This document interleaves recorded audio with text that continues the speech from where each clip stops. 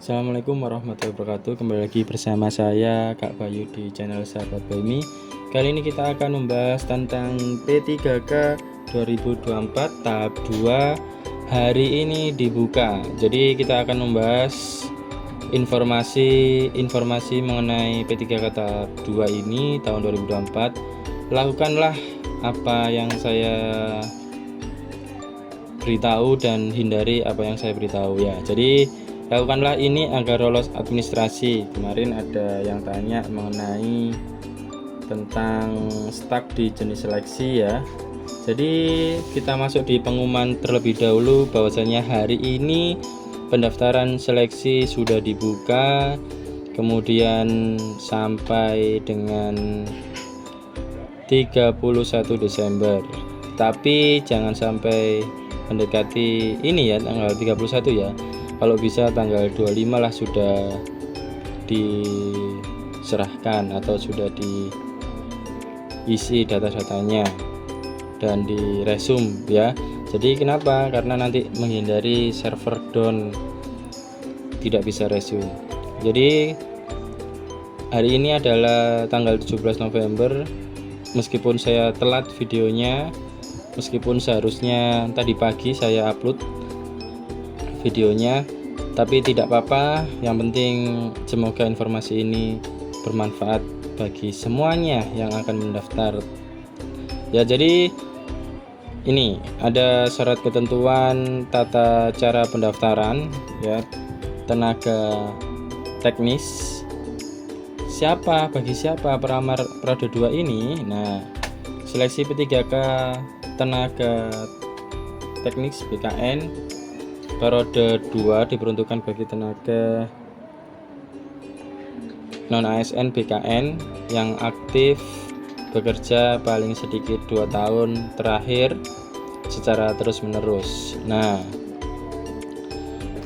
di Dapodik juga seperti itu, yang sudah lebih dari 2 tahun bisa juga untuk mendaftar ya. Kemudian persyaratan bagi pelamar P3K teknis ya yang tercantum di Romi 2 tanggal 31 September kemarin. Kemudian ada tata cara seleksi P3K ya periode 2 ini, bagaimana yang sudah disebutkan tadi bahwasanya pas foto menggunakan pakaian formal dengan latar belakang merah. Kemarin ada yang biru sehingga tidak lolos administrasi. Hindari hal-hal yang tidak diinginkan dan selalu baca tentang persyaratan seleksi ya, tentang cara pendaftaran dan sebagainya. Kemudian sudah memiliki KTP, yang diupload adalah KTP asli atau surat keterangan tempat tinggal. Nah, yang sudah melakukan perekaman penduduk dan dikeluarkan oleh Dukcapil. Kemudian surat lamaran bisa ditulis tangan atau diketik menggunakan komputer. Nah, bisa seperti itu dengan materai 10.000.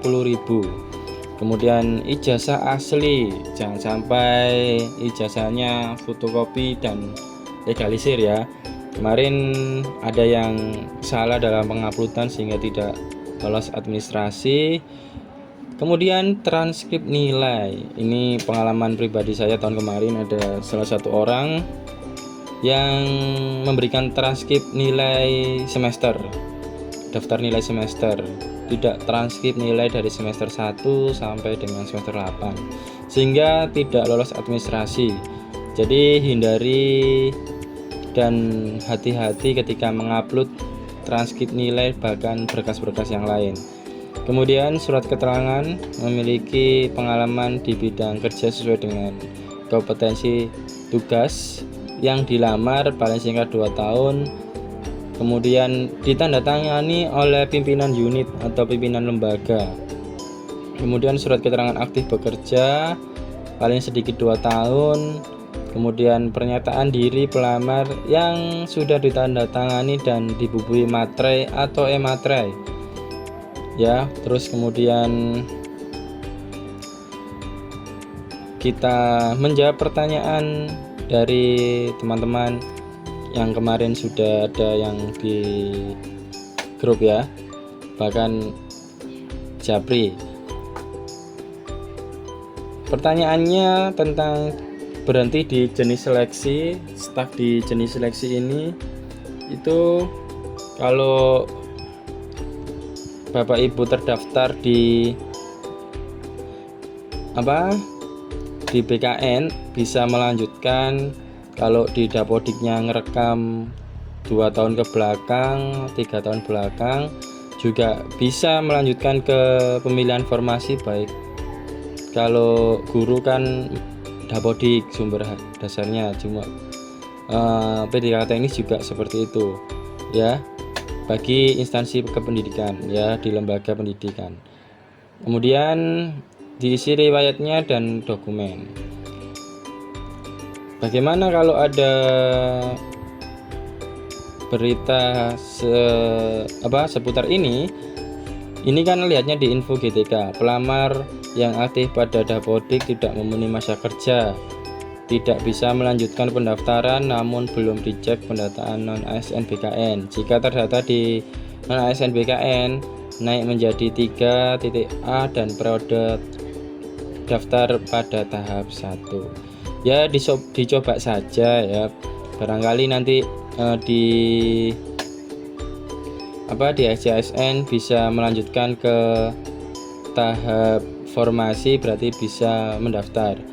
Bagi yang stuck di jenis seleksi berarti tidak bisa melanjutkan di formasi, bahkan riwayat, bahkan dokumen sampai hingga resume ya.